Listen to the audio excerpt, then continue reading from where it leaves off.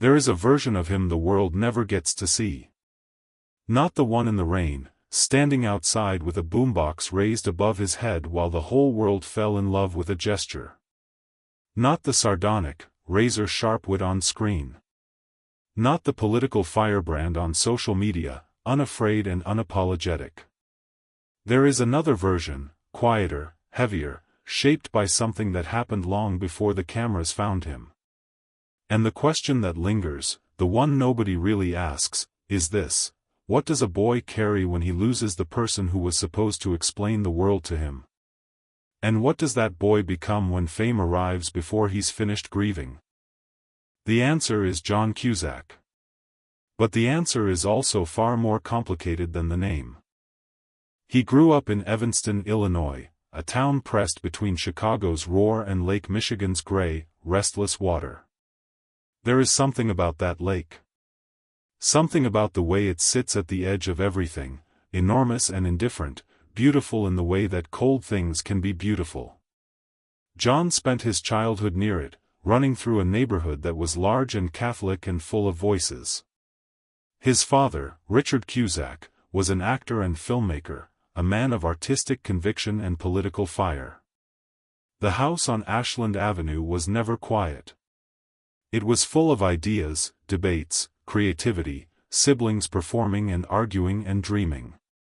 Joan, and Bill, the family was its own small theater company before any of them reached adulthood.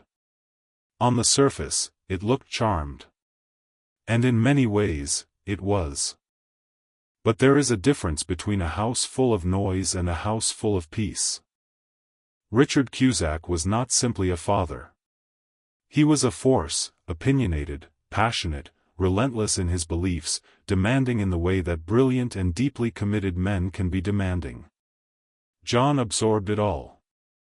He absorbed the politics, the art, the Catholic guilt underneath the dinner table conversation, the unspoken understanding that mediocrity was a kind of failure. He was the second son, the quiet observer in a loud family, the one who watched everything with eyes a little too serious for his age.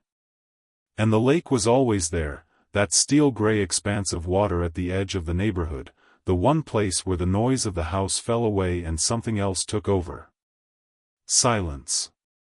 The particular silence of a child alone with his own thoughts. He began performing young. Too young, some might say. The Piven Theater Workshop in Evanston, that small, intense space where Joan Cusack and her brothers were sent to train, to stretch, to find what was living inside them before they could name it, became a kind of second home. But theater at that age is not just about craft. It is about survival.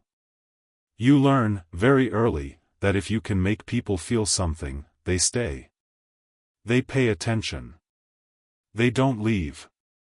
And for a boy growing up in a house where intellectual approval felt earned rather than given freely, performance became more than joy. It became a language. It became armor. He was 16 when Say Anything first started taking shape inside him, though the film wouldn't come for years. He was 16 when he began to understand that he was different from the world around him, that the Chicago winter in his bones made him crave something warmer, something realer, something the suburban streets of Evanston couldn't hold. By the time he reached Hollywood in the early 1980s, barely out of adolescence, the world looked at him and saw promise. Charisma. An unusual combination of vulnerability and intelligence. What the world could not see was the enormous weight he had already learned to carry without showing it. His father died in 2003. And if you want to understand John Cusack, truly understand him, you have to sit with that year for a long time. Richard Cusack's death did not arrive without warning. He had been ill. The family knew it was coming the way families know things they cannot say out loud without making them more real. But John was 47 years into a life built almost entirely in his father's image, the politics, the art, the refusal to compromise, the deep, restless need to mean something. And when the man who built that template was gone, there was no longer anyone left to perform for in the original sense. No father in the audience of his life, watching, evaluating, holding the measuring stick that had been there since Ashland Avenue. There is a particular grief that children of powerful parents carry. It is not just the grief of loss. It is the grief of unfinished business. The conversations that never happened. The approval that arrived too slowly or not at all. The version of yourself you were still constructing when they disappeared. John has spoken about his father carefully, always with reverence, always with love. But between the words, in the pauses, in the choices he made in the years that followed, something else is visible. A man trying to figure out who he is when the original mirror is gone. The mid-2000s were turbulent. His career, which had climbed so brilliantly through the 1990s, High Fidelity, Gross Point Blank, Being John Malkovich, The Boombox in the Rain, began to shift. The choices grew stranger, more eccentric, less calculated. He seemed to be deliberately moving away from the mainstream, sometimes into films that confused audiences, sometimes into advocacy work that alienated industry allies. He became louder on politics, more willing to be unliked. Some called it arrogance. Some called it principle. But watching it through the lens of what he had just lost, it reads differently. It reads like a man burning away everything that wasn't essentially him, trying to find what was left after the grief had taken what it needed. And the lake. That image from Evanston, that gray and patient water. He returned to Chicago again and again. Not to Hollywood parties or studio lunches. To the city that made him. To the cold air off the lake in November. To the streets where the noise and the silence had existed together and somehow produced him. There is something almost spiritual in the way he has held on to that geography, as though Evanston is not just a hometown but a wound he keeps returning to touch. A wound, and also a compass. His politics cost him. There is no question.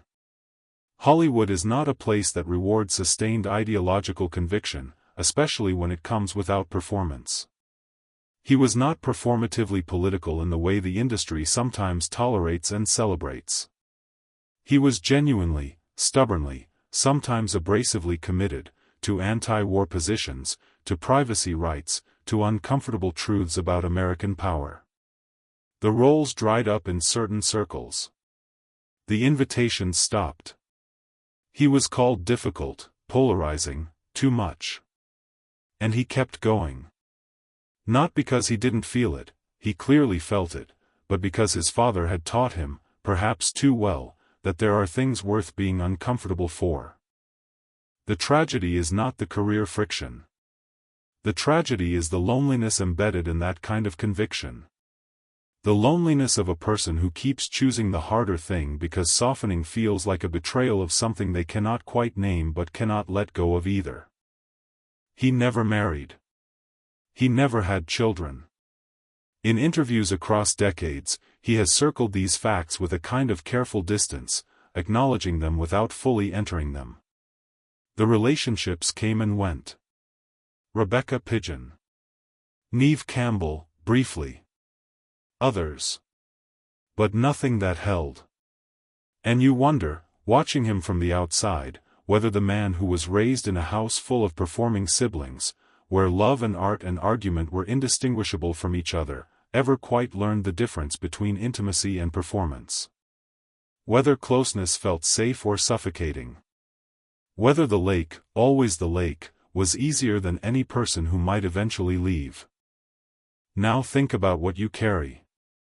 Think about the grief you have folded into ordinary days, the version of yourself you built in response to someone who shaped you before you had words for what was happening. Think about the moment you realized the person you were performing for, in whatever room, in whatever form that took in your life, was gone.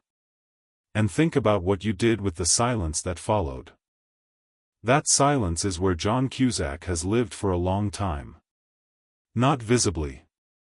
Not in any way that makes for clean headlines or tidy narratives. But it is there, underneath the choices, beneath the films and the tweets and the returns to Chicago.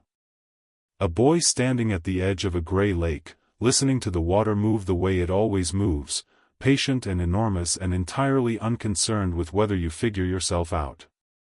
He is still figuring it out. At 68 years old, the man who made the world believe in grand gestures has never quite made one for himself. Never quite allowed himself the softness he has always been capable of showing on screen. The boombox was for someone else. The letters were for someone else. The vulnerability was always framed, always held inside a story that had an ending. His own story doesn't have one yet. It is still happening, in hotel rooms in cities he is passing through, in Chicago apartments in November, at the edge of that water he has never fully left. The gray lake that watched him become himself. The gray lake that watched him grieve. The gray lake that holds no answers and keeps no record and does not care what anyone thinks of you. Some people spend their whole lives running from where they came from. John Cusack has spent his whole life trying to go back. Back to before the fame simplified him. Back to before the loss broke something open. Back to that boy on the shore, in the cold, with everything still possible and nothing yet decided. And maybe that's not a tragedy. Maybe that's the most honest thing a person can do with the life they were handed. Maybe returning to the wound, again and again, without resolution, maybe that is its own kind of bravery. Quiet. Unseen. Completely unafraid of being misunderstood. The lake doesn't explain anything. It never did. But it's still there. And so is he.